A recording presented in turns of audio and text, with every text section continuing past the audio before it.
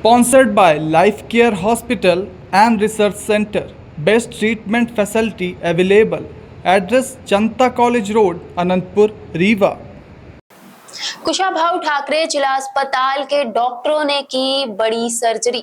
महिला के पेट से निकाली 15 किलो की गांठ। नमस्कार, मैं हूं आस्था, स्वागत है आपका। आप देख रहे हैं खबर आप तक। कुशाभाऊ ठाकरे जिला अस्पताल के चिकित्सकों ने भी बड़ा कमाल किया है।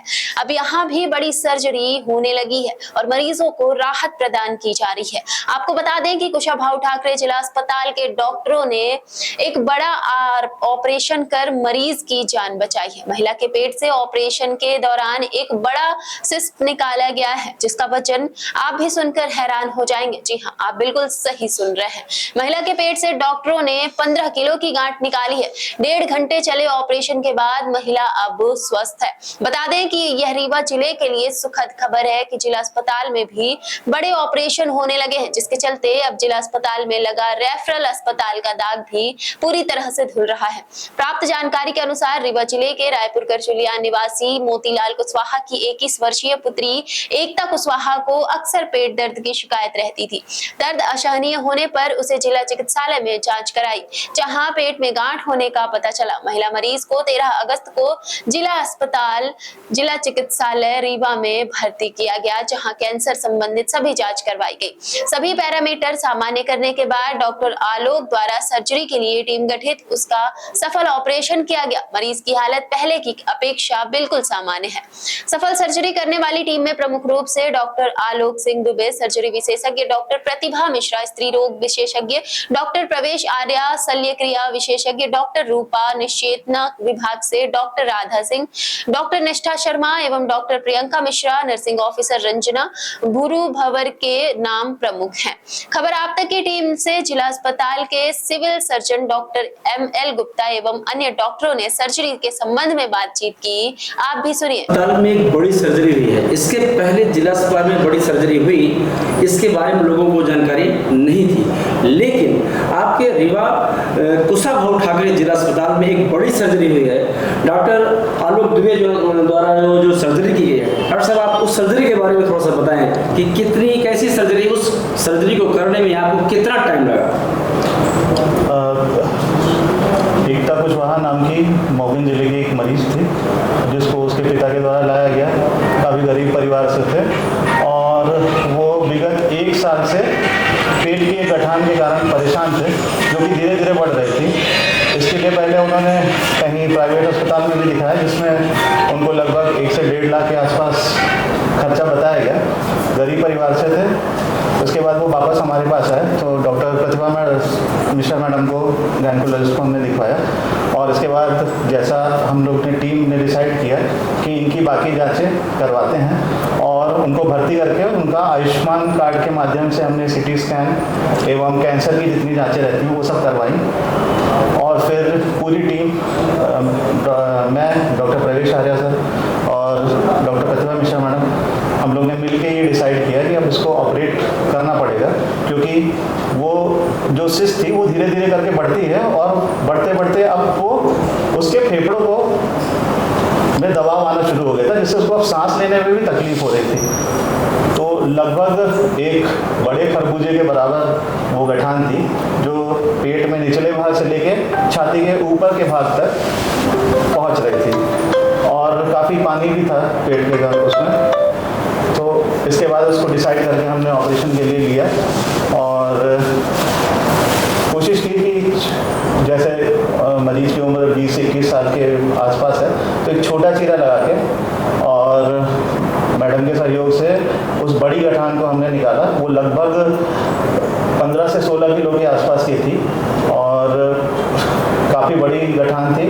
और इसके बाद उसमें निश्चेतना विभाग का बहुत अच्छा सहयोग रहा। उन्होंने उसको पूर्ण रूप से बेहोश करके GM लिया केस को और डॉक्टर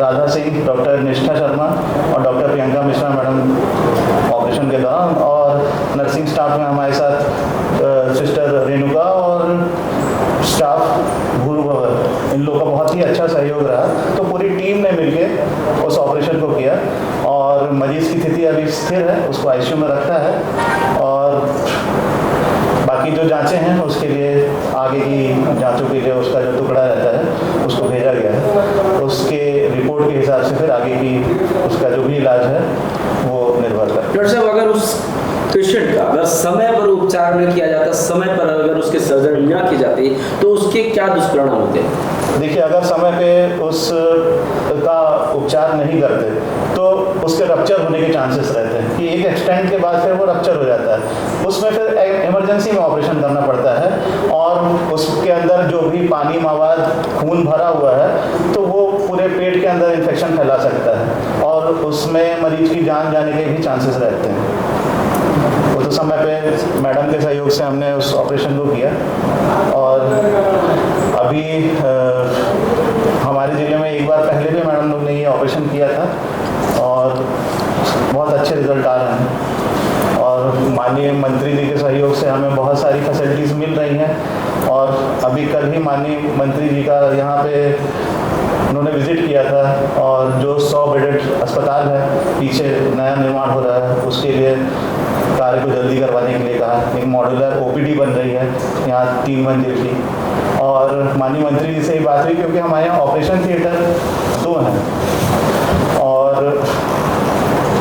यहाँ पे सर्जरी, ऑर्थो, ENT, गायनी तो 24 घंटे हॉस्पिटल फंक्शनल है। तो उसमें थोड़ी सी कमी थी तो माननीय मंत्री से बात हुई है तो उन्होंने लगभग 1.5 करोड़ रुपए मॉड्यूलर OT के लिए सैंक्शन किया है और आशा करते हैं कि बहुत जल्दी इसका विस्तार होगा। हमारे सिविल सर्जन सर का बहुत ही अच्छा योगदान रहा, हमेशा वो लगे रहते हैं इस चीज़ के लिए कि हमारे अस्पताल का विकास हो। मैडम, आप बहुत दिनों से जिला अस्पताल में गायनेकोलॉजिस्ट के रूप में पदस्थ हैं। इस तरह की सर्जरी इसके पहले भी क्या हुई है? क्या इस तरह से पेशेंट और भी जिला अस्पताल में आते हैं क्या? हाँ, पहले भी। अभी इस बार के केस में एक्चुअली जो लंप एब्डोमेन कहते हैं कि पेट में सूजन आना, तो मोस्टली वो पेशेंट सर्जरी डिपार्टमेंट में आते हैं पेट की तकलीफ़ लेकर के। लेकिन फिर डॉक्टर आलोक के द्वारा मुझे पेशेंट रेफ़र करके भेजा गया कि ये क्या है, तो जांचों में पता चला और क्लिनिकल एग्जामिनेशन में भी ये पता चला कि ये प्रोबेबली अंडकोश का ही इतना बड़ा गोला। मरीज काफ़ी इनकन्वीनियंस में थी, लॉन्ग रन से वो परेशान थी। देन पूरा इन्वेस्टिगेशन करा करके डॉक्टर आलोक, डॉक्टर आर्या जो हमारे सर्जिकल स्पेशलिस्ट हैं उनके साथ मिल करके इस गोले को जो कि अंडकोश का ही था निकाला गया। पेशेंट अब कंफर्टेबल है। अदरवाइज़ एक प्रेशर सिम्टम आने लग जाते हैं इतने बड़े गोले के, उसको सांस लेने में तकलीफ़ होना, पेट में तकलीफ़ होना, ये सारे लक्षण थे उसके। कल हम लोगों ने टीम के साथ में हमारे सर्जिकल विशेषज्ञ के साथ में सर्जरी करके उस गोले को निकाला है। ये तो सिस्ट का मामला हो गया। इस सिस्ट के अलावा भी किस तरह के पेशेंट, खास तौर से गायनी डिपार्टमेंट में किस तरह के पेशेंट आते हैं? जिला चिकित्सालय में धीरे धीरे करके बहुत चेंजेस हैं। एक तो कि प्राइमरली पेशेंट हमारे पास ही आता है, पूरे ज़िले से या इवन लोकल रीवा से पेशेंट प्राथमिक रूप से। तो अभी ये ट्रेंड हो गया है कि वो पहले तो बिछिया हॉस्पिटल ही आता है, सभी प्रकार के मरीज आते हैं और हमारे पास में पूरे रिसोर्सेज अवेलेबल हैं एवं सभी प्रकार के ऑपरेशन हम करवा रहे हैं और आगे और विकास के ओर हैं हम लोग। डॉक्टर साहब, आप इस जिला अस्पताल के आप सिविल सर्जन हैं, आप CMHO भी रह चुके हैं और आपके नेतृत्व में ये जिला अस्पताल में जो बड़ी सर्जरी शुरुआत आपके द्वारा आपके नेतृत्व में हुई है, इसके लिए आपको बहुत बहुत बधाई, बहुत बहुत शुभकामनाएं। आगे की क्या प्लानिंग है? देखिए, वर्क तो टीम करती है। सिविल सर्जन का तो यही रोल है कि डॉक्टरों को प्रोत्साहित कर, जो जिसके लिए सक्षम है वो करें और सुविधा उपलब्ध कराना, जिसके लिए मैं प्रयासरत रहता हूँ और कोशिश करता हूँ कि सुविधा दे सकूँ। और इस जिला अस्पताल में और क्या कुछ नवाचार होने वाला है, इसके बारे में थोड़ा सा हमारे दर्शकों को बताएं। हाँ, प्रयास है हमारा कि विभाग तो हमारे सभी हैं, प्लास्टिक सर्जन भी हमारे यहाँ उपलब्ध हैं। अभी तक कटे फटे होठ वाले केस जो कि बाहर जाया करते थे कैंप होके, हमारा प्रयास है कि हमारे जिला अस्पताल में ही वो ऑपरेशन है। इसके अलावा मेरा प्रयास है कि नशा मुक्ति का हॉस्पिटल भी हमारे हॉस्पिटल में शुरू हो जाए।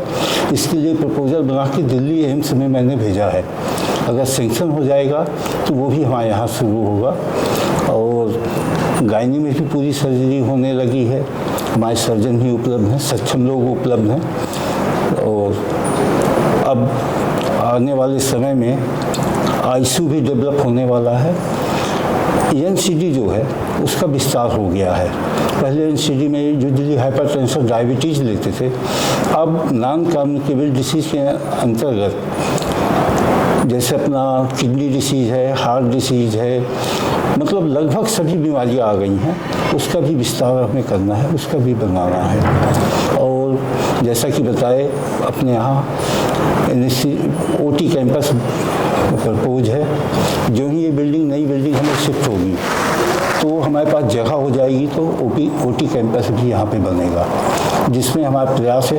अभी हमारे पास 3 ओटी है, एक आई की है, एक सेंट्रल ओटी, जनरल ओटी है, एक गायनी की है। इसके अलावा 2 ओटी और बने।